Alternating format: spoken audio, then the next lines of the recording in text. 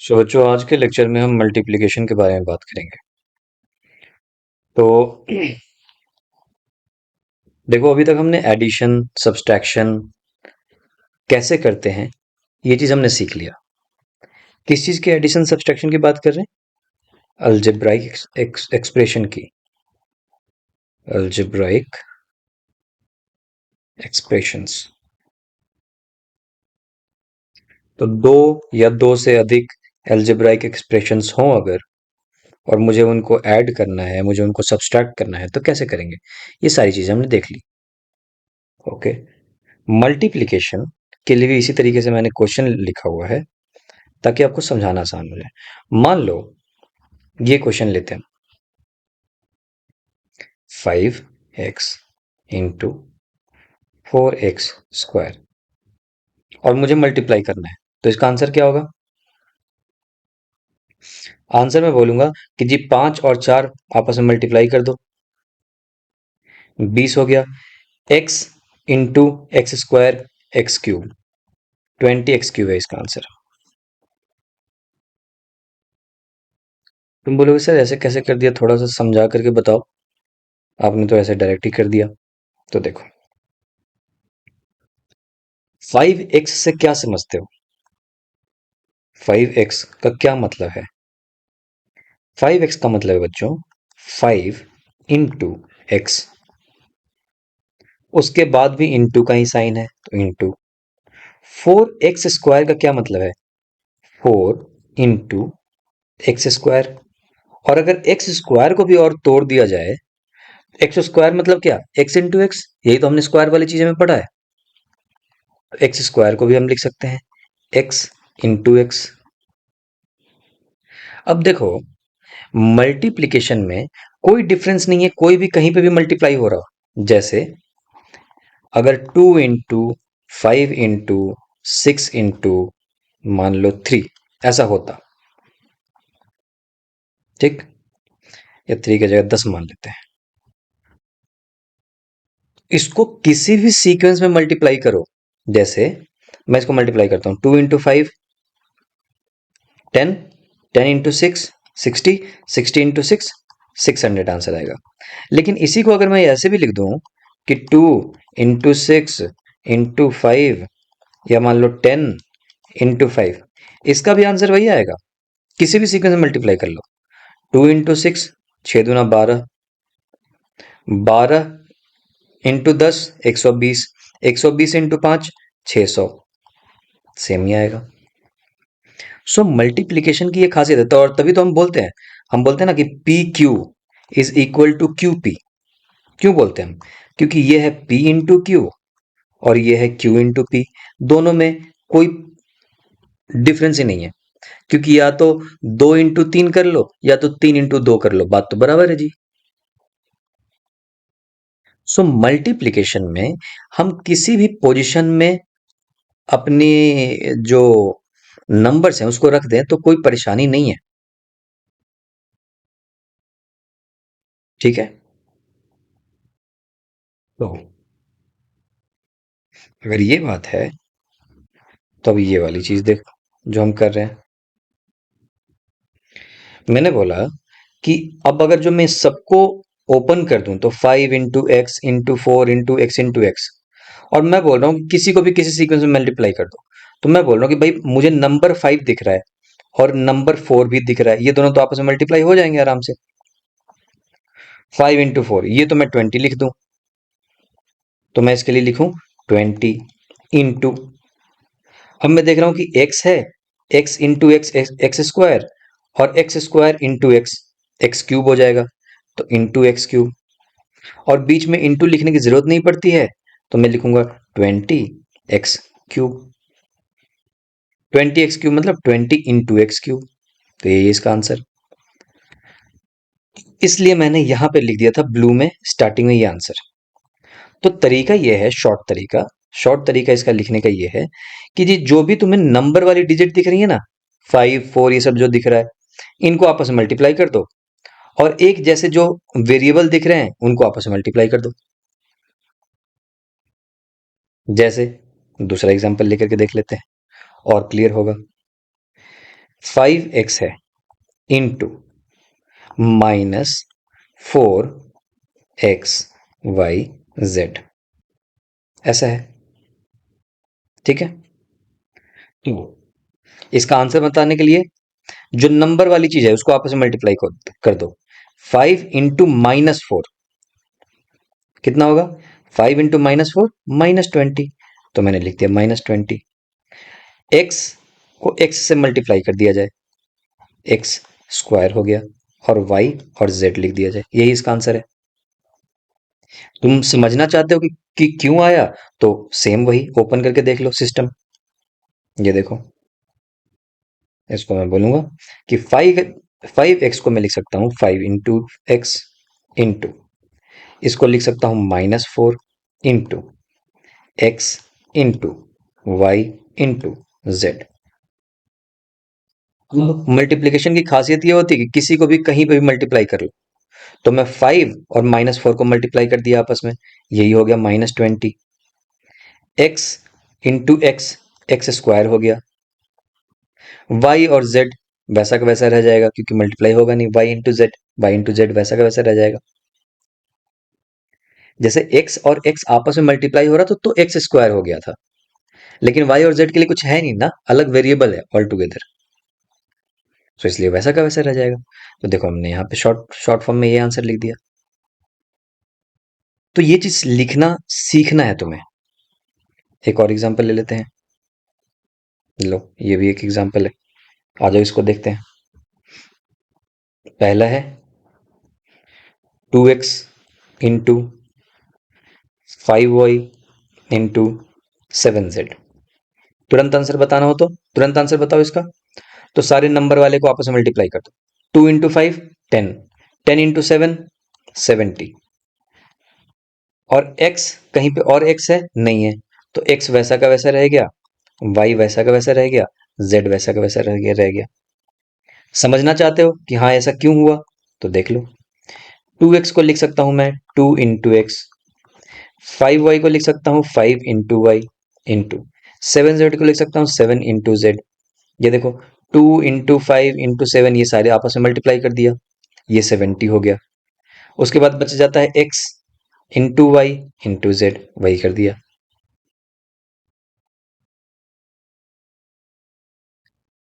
Same एक और question ले लेते हैं। 4xy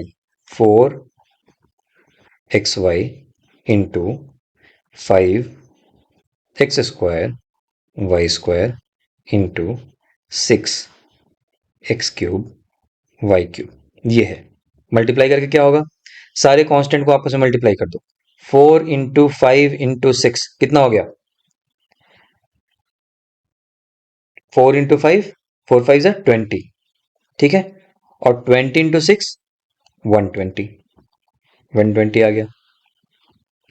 अब देखो, यहां पे है x इंटू वाई, यहां पे एक्स स्क्वायर है और यहां पे x³ है, तो कितना हो जाएगा?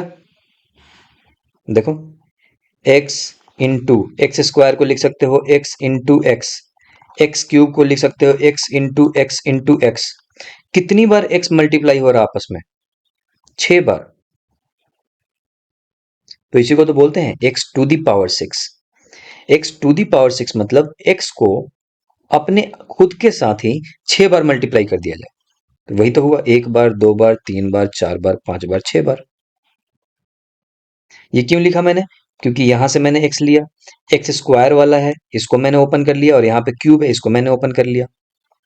तो ले दे के कहना मेरा ये है कि अगर x into x square into x³ करना है तो ये हो जाएगा x⁶। तो शॉर्टकट कैसे है समझना भाई, यहाँ पे एक x है, यहाँ पे 2 बार मल्टीप्लाई हो रहा होगा, और यहाँ पे 3 बार, तो 3 2 5 1 6, 6 बार मल्टीप्लाई हो रहा होगा, इसलिए मैं यहाँ पे लिख दूंगा x⁶। सिमिलरली y देखो, y कितनी बार मल्टीप्लाई हो रहा है? 1 बार, 2 बार यहाँ, तो 3 हो गया, 3 बार मल्टीप्लाई, और यहाँ पे 3, 6 बार, तो मैं ये भी लिखूंगा y⁶। और अगर इसमें तुम्हें लग रहा है कि सर आपने कैसे लिख दिया डायरेक्टली, तो आप इसको पूरा का पूरा ओपन कर लो। 4 × x × y लिखो, 5 × x × x y ऐसे करके लिखो। फिर तुम्हें समझ में आ जाएगा कि x जो है 6 बार मल्टीप्लाई हो रहा है, y भी 6 बार मल्टीप्लाई हो रहा है, और कांस्टेंट को आपस में मल्टीप्लाई कर दिया। इतना सिंपल है जी। ठीक है, आ जाओ। अगर इस तरीके का कुछ क्वेश्चन हो तो, ये क्वेश्चन ये बोलता है, करना वही है, बोल रहा है कि find the area of rectangle with the following pairs of monomials.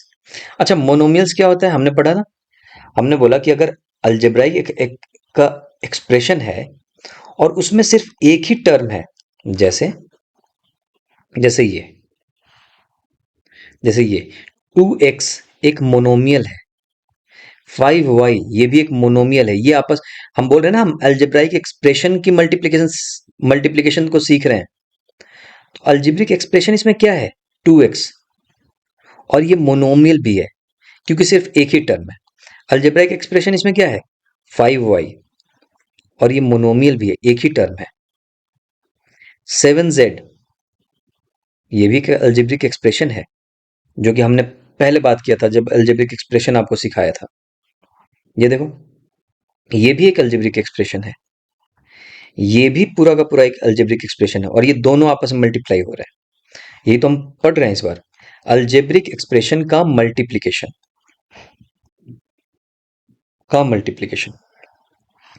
इसमें अलजेब्रिक एक्सप्रेशन ये है, ये अलजेब्रिक एक्सप्रेशन है, लेकिन बात ऐसी है कि जितना भी अभी हमने क्वेश्चन बनाया, सब अलजेब्रिक एक्सप्रेशन में एक ही टर्म है, एक टर्म है, एक टर्म यहाँ पे है, एक टर्म यहाँ, इसमें भी एक टर्म।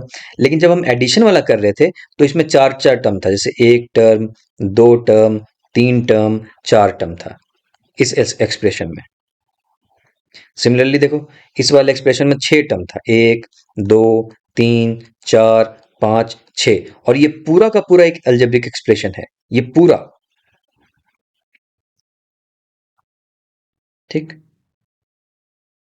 लेकिन इत्तेफाकन से ऐसा हुआ कि जो अभी हम मल्टीप्लिकेशन कर रहे हैं उसमें सिर्फ एक ही टर्म है, और एक टर्म वाले अलजेब्रिक एक्सप्रेशन को ही मोनोमियल बोलते हैं। ठीक है, तो आप बोलो कि सर आपने तो सिंपल वाली चीज कर दी कि एक एक टर्म वाली अलजेब्रिक एक्सप्रेशन को मल्टीप्लाई करके, अगर दो और तीन टर्म वाले अलजेब्रिक एक्सप्रेशन होते तो, जैसे जैसे सर ऐसा होता तो, एक अलजेब्रिक एक्सप्रेशन मैंने ले लिया, मान लो इसी वाले क्वेश्चन से, यार इसी क्वेश्चन से ले लो, यहाँ पे हमने बहुत सारे क्वेश्चन बनाए थे ना, ये ले लो जी, ये एक अलजेब्रिक एक्सप्रेशन है, A B minus B C, और ये बी सी माइनस सी ए। ठीक है, कितने टर्म है इसमें, एक, दो, इस वाले अलजेब्रिक एक्सप्रेशन में दो टर्म है। ठीक है, तो ओवरऑल मैं आपको उससे कनेक्ट करना चाह रहा हूं कि मान लो आप बोलो कि सर आपने एक एक वाला तो मल्टीप्लाई करके दिखा दिया, मान लो ऐसा एक अलजेब्रिक एक्सप्रेशन होता तो, ये एक एक्सप्रेशन होता 2a प्लस बी प्लस 5, ये एक अलजेब्रिक एक्सप्रेशन है, हाँ है। कितने टर्म है, एक, दो, तीन टर्म है, इसको डिब्बे में बंद कर दिया जाए। और मान लो सर इसको मल्टीप्लाई करना होता एक दूसरे अलजेब्रिक एक्सप्रेशन से, ओके, जो कि मान लो x प्लस वाई स्क्वायर, ये दो टर्म वाला अलजेब्रिक एक्सप्रेशन है। तो कैसे करते, आपने यहां पे एक एक टर्म वाला था तब तो आपने कर दिया, इसको मल्टीप्लाई कर दिया, इसको मल्टीप्लाई कर दिया, ओपन कर दिया। इसमें क्या करेंगे, ये वाला हम डिस्कस करने वाले हैं। ये मैं आपको, ये जब हम छोटी छोटी चीजें अभी हम कर लेंगे ना, क्योंकि इन सभी चीजों की जरूरत पड़ेगी, जब मैं ये वाला बताऊंगा कि कैसे होता है, तो इन सबको, सबकी जरूरत पड़ेगी तुम्हें। इन सब इन इस तरीके के क्वेश्चन बनाना तुम्हें आना चाहिए, अगर जो इस तरीके का बनाना चाहते हो तो। इसको तो तुरंत देख करके तुम्हें आंसर पता चलना चाहिए कि अच्छा ये होगा 4 × 5 × 6 दैट इज 120, x⁻⁶ y⁻⁶। अगर इतनी जल्दी तुम लिख पा रहे हो जैसे मैंने लिख दिया इसका आंसर, तो तुम बिल्कुल रेडी हो इस तरीके का मल्टीप्लिकेशन को सीखने के लिए। इसलिए मैं आपको प्रैक्टिस करवा रहा हूं इस तरीके के क्वेश्चन से, क्योंकि ऐसे मल्टीप्लिकेशन की जरूरत पड़ती है इसमें, ये हम डिस्कस करने वाले हैं। ठीक है, तो ऐसा समझ लो कि ये प्रैक्टिस सेशन है इस चीज को सीखने से पहले। और अगर ये वाला मल्टीप्लिकेशन सीख लिया तो फिर किसी भी तरीके का मल्टीप्लिकेशन तुम कर लोगे, कोई भी अलजेब्रिक एक्सप्रेशन का मल्टीप्लिकेशन तुम कर लोगे। कोई मोनोमियल बाइनोमियल का मल्टीप्लिकेशन विथ मोनोमियल, इस तरीके से कोई पढ़ने की जरूरत ही नहीं है। मोनोमियल दे दो मुझे, बाइनोमियल दे दो, ट्राइनोमियल दे दो, या पॉलिनोमियल, कितने भी टर्म का दे दो, कितने भी टर्म का अलजेब्रिक एक्सप्रेशन दे दो, मैं मल्टीप्लाई कर दूंगा। ठीक है, लेकिन इसको करने से पहले ये प्रैक्टिस, ये आना आपको बहुत जरूरी है कि ऐसे देखते ही आपको पता चलना चाहिए कि ये 70 एक्स वाई जेड आंसर होगा, 120 x⁶ आंसर होगा। अगर इतना ऐसे कर पा रहे हो, मेरी तरह आंसर ऐसे लिख पा रहे हो, तो तुम रेडी हो, तैयार हो, तो तुम इस वीडियो को देखो ही मत। ठीक है, आगे बढ़ लेते हैं, थोड़ा और प्रैक्टिस कर लेते हैं। तो अब ये बोल रहा है बच्चों कि find the area of rectangle with the following pairs of monomial as their length and breadth. तो ये बोल रहा है कि एक रेक्टेंगल है, ठीक। अब एक रेक्टेंगल में लेंथ होता है और ब्रेथ होता है, इसको हम बोलते हैं लेंथ। जो छोटा वाला होता है उसको ब्रेथ बोलते हैं। बोल रहा है कि एक रेक्टेंगल में, ये देखो, अब ये पी एक अलजेब्रिक एक्सप्रेशन है, लेकिन कितने टर्म का? एक टर्म का, इसलिए इसको मोनोमियल भी कहते हैं। ये क्यू भी एक अलजेब्रिक एक्सप्रेशन है, लेकिन कितने टर्म का है? सिर्फ एक टर्म है, और इसलिए इसको मोनोमियल भी बोलते हैं। तो ये बोल रहा है कि एक रेक्टेंगल है जिसका लेंथ है एल इक्वल टू पी, और इसका ब्रेथ है, तो मैं यहाँ पे एल वेल छोड़ देता हूँ, यहाँ पे ये लिखता हूँ कि मैं पी है और ये क्यू है। तो बताओ कि इसका एरिया क्या होगा? तो एरिया ऑफ रेक्टेंगल हम जानते हैं, एरिया ऑफ रेक्टेंगल होता है length into breath, length into breath. तो इसमें लेंथ क्या है? देखो, पी है, और ब्रेथ क्या है? क्यू है। तो ये इसका आंसर हो गया, P into Q. P into Q, और इंटू लिखने की जरूरत होती नहीं है, ऐसे लिखा जाता है शॉर्ट फॉर्म में, पी क्यू। पी क्यू का मतलब ही समझ में आ रहा है कि पी इंटू क्यू है। उसी तरीके से देखो, अगर पी और क्यू ना होता, बोल रहा है कि दूसरा पेयर ले लो, ये एक पेयर है, हर ये सारे अलग अलग क्वेश्चन है। ये एक क्वेश्चन हो गया तुम्हारा, ये एक क्वेश्चन हो गया तुम्हारा, ये एक क्वेश्चन हो गया तुम्हारा, ऐसा है। ये अलग क्वेश्चन, ये अलग क्वेश्चन है। तो हर बार बोल रहा है कि एक बार आप लेंथ और ब्रेथ पी क्यू लो, तो एरिया बताओ, तो जी मैंने बता दिया। दूसरी बार बोल रहा है कि लेंथ 10 m लो और ब्रेथ 5n ले लो, तो लेंथ मैंने ले लिया 10 m, ब्रेथ मैंने ले लिया 5n। तो एरिया क्या होगा? तो एरिया होगा, area equal to 10 m into 5n। अब देखो, हमें मल्टीप्लीकेशन हमने सीख लिया है, 10 इंटू 5 कर देंगे, 50 आ जाएगा, और यहाँ पे n, यही इसका आंसर है, एरिया। आ जाओ इस वाले की बात करते हैं। लेंथ है 20 x², मैं लिखूंगा 20 x², और ब्रेथ कितना है? 5y²। तो एरिया कितना हो जाएगा? Area equal to 20 x² into 5y²। और ये मल्टीप्लीकेशन हमने सीख लिया है, कैसे? सारे कांस्टेंट को आपस में मल्टीप्लाई कर दो, 20 इंटू 5 होता है 100, 100। यहाँ पे x वाला और कोई है नहीं, तो यहाँ पे लिखेंगे सिर्फ x², और यहाँ पे y²। यही आंसर है। सिमिलरली आ जाओ, अगर ये होता तो 4x और 3x² होता, तो लेंथ कितना हो गया? 4x। ब्रेथ कितना हो गया जी? 3x²। तो एरिया कितना होता है? लेंथ इंटू ब्रेथ, मतलब 4x इंटू ब्रेथ है 3x²। तो कितना हो गया? कांस्टेंट कांस्टेंट को आपस में मल्टीप्लाई कर दिया जाए, तो 4 इंटू 3 कितना हो गया? 12। x इंटू x² कितना हो जाएगा? x³ हो जाएगा, x³। अगर तुम ऐसे बना पा रहे हो, जैसा अभी मैंने लिख दिया 12x³, इसका आंसर होगा, इसका आंसर होगा 100x² y²। अगर तुम ऐसे लिख पा रहे हो तो तुम रेडी हो आगे की, जो हमने ये बात की ना, इस तरीके के मल्टीप्लिकेशन को सीखने के लिए, इस तरीके की। लेकिन जब तक ऐसा आंसर नहीं आ पा रहा है तब तक इस तरीके के क्वेश्चन को प्रैक्टिस करो। आ जाओ, अगर देखते हैं 3mn and 4np होता तो लेंथ कितना है 3mn, ब्रेथ कितना है जी 4np, तो एरिया कितना होगा जी, एरिया होगा area equal to length into breadth. Area किसका, रेक्टेंगल का।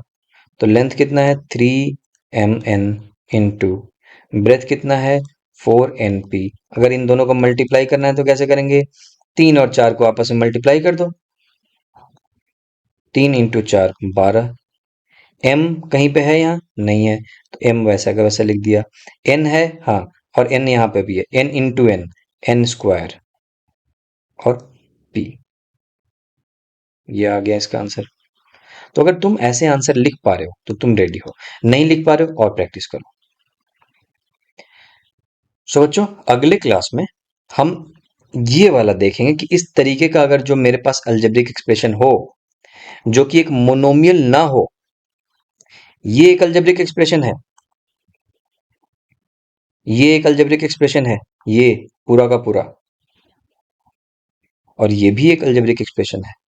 इन दोनों को अगर आपस में मल्टीप्लाई करना है, और ये मोनोमियल नहीं है, एक टर्म नहीं है इसमें, देखो इसमें 1 2 3 टर्म है, इसमें 2 टर्म है, और यही नहीं, कोई जरूरी थोड़ी है कि दो ही अलजेब्रिक एक्सप्रेशन मल्टीप्लाई हो सकता है एक और हो, मान लो इनटू, एक और दे देता हूं आपको, x प्लस 2y प्लस 5, मान लो, ये भी तो एक अलजेब्रिक एक्सप्रेशन है। कितने टर्म है इसमें, 3 टर्म है, 4 टर्म का भी हो सकता है, 5 टर्म का भी हो सकता है। अब ये तीनों भी आपस में मल्टीप्लाई हो सकते हैं, लेकिन अगर ऐसा करना है मुझे तो क्या तरीका है, तो हम कैसे करेंगे, ये हम सीखेंगे अगली क्लास में। और ये आपने सीख लिया, उसके बाद आपको कोई मल्टीप्लिकेशन में कोई तकलीफ नहीं होगी कभी भी।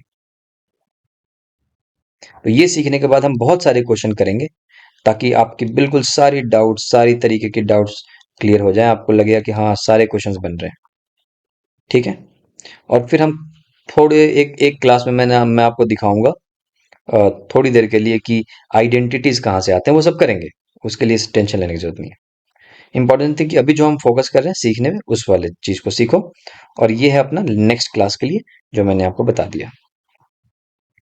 This is for our next class.